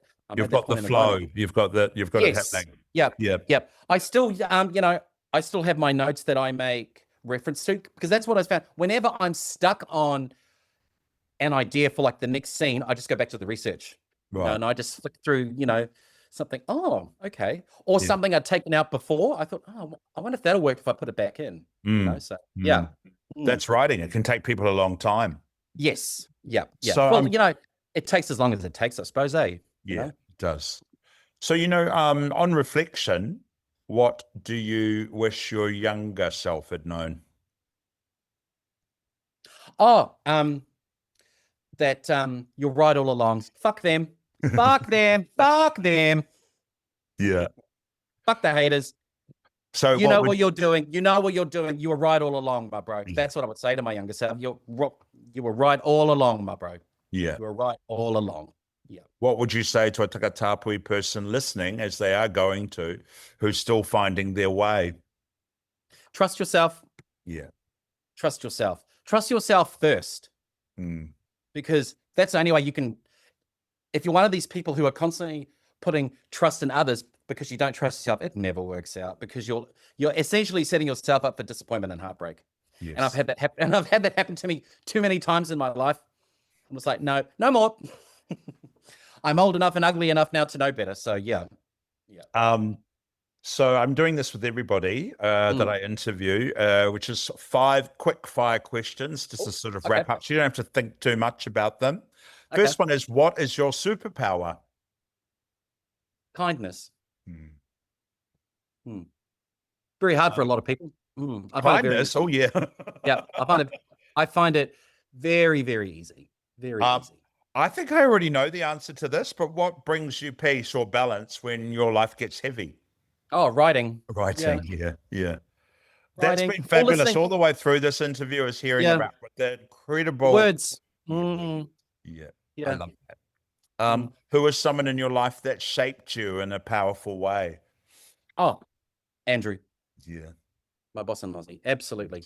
I mean, you know, because I met him when I was 29, and I worked for him for 10 years. 30, yeah. And I'm going to be, and I'm 48 now. So I've known that guy for almost 20 years. So yeah. This is an interesting one. What gives you hope for the future of Takatāpui people, for our people? Oh, Ao reo. Yeah. Easy. Yes. Yeah. You know, because we really didn't have that when we were growing up. Well, not as much as it is now, you know. I mean, but it's not something I realized I could latch onto and use to propel my way forward. Yeah. You know, Yes. Māori almost seemed like, a hobby, Mm. when I was, I was growing up, even though we were Māori at home and we were, Māori everywhere else. It's 8 o'clock. I never ever thought it would lead me, to work or to make money or to make myself happy. You know what I mean? Yeah. Yeah. Yeah. Because I think that's an understanding that people don't have of the reo too. How it is a taonga, it's a jewel. It's a very important. There's no swear words in it. There's only kindness, and there's no thank you. Actually, it doesn't really because we exist. don't need it because it's inherent, right? Yeah, it's inherent. It's inherent. That's right. It's inherent. And it's reo is a component to being Māori. There's Very much so. There's Whakapapa. There's it's a tree of life, really. Yes.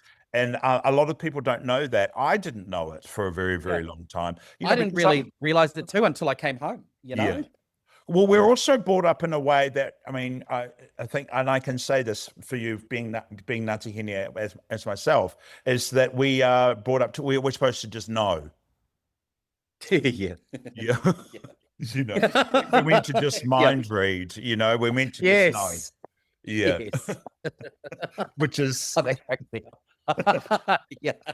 What do you mean you don't know? Yeah. I'd $1 every time I heard that. Yeah. I would be writing the play, that's for sure, Well, because it's a feel, it's inside you. Yes. Yeah. Absolutely. And what I always say to people who say, "Oh, I'm learning Ao Reo," I said, as Māori, we don't learn Ao Reo. No. It emerges from within us. Yes. The only thing, we're really learning is different ways to access it. And that's completely different for every single person. And people like, do you take Te Reo classes? I said, no, I don't like being in a classroom situation. It's my autism. It's just too much nervous energy and all that trauma in one room is just too much. And this is the way that I've always learned things in my life is purely by having a keen eye and a keen ear and just being around it and observing and listening all the time. Yes. And it's worked for me. Well, it does work for me because my reo is always getting stronger. Like I'm able to get up on my marae and do my mihi. And when I say do my mihi, I mean stumble through it. You still do it. Yes. With a smile on my face, but I know for a fact every time I do it, it gets easier and easier and easier. Of course. So yes. So with this play and just being home and the stories, and the reo and the whakapapa, it's. How do I put this? Well, I would say it's magical. I've always thought it's magic. There you go. Yep. I've always thought I'll agree with magic. that. Yeah. I've always thought I'll agree with that. It was higher than me. It's just magical and That's a perfect word for it because for me, magic in my mind, magic is desire made real. Yes. Yeah. That's what magic is. It's desire made real. So the way you just said that, it's like, absolutely. And that's what you're doing. Can't wait to see it. Yes. Well, any producers out there who want to have a kōrero with Zani? Like I said, I can't wait to meet you. Neither can my play. Yes, and we're going to be working very hard to get everybody to watch and see this series. This is who I want to. This is who I want to play my nan. I want Rena Owen. I'd love to play that part. Yes. Well, we're putting it out there, aren't we? If you're watching Auntie Maka, sure, we can have a kōrero. But that's also the thing about me writing this play. I mean, if Rena doesn't want to do it, I really want an actress of that age. Yes. There's something, to be said about Māori wahine in this industry, and the gravitas that their own stories like bring to it, as opposed to, a wahine Māori that is younger and is going to play older, which I will say there's nothing wrong with because we may have to do that here, but I would love an appropriate aged actor. And Brenna's the first one for me, I think. And plus she's from Moerewa, so I'm just like, of course you want to be in this play, So any final words for us? Any final words? None. Just keep on keeping on. Yeah. Keep on keeping on. The bad times will pass just like any storm. They happen to all of us, Yeah. We've got gifts too. Yes. Sure. Yeah, I think we always bring gifts to the family. Yeah. It's been so good to speak to you, Czahn. And Man, this has been cool, Cuddy. Yeah. I'm glad you've enjoyed us. I am really done. am. Ka kite.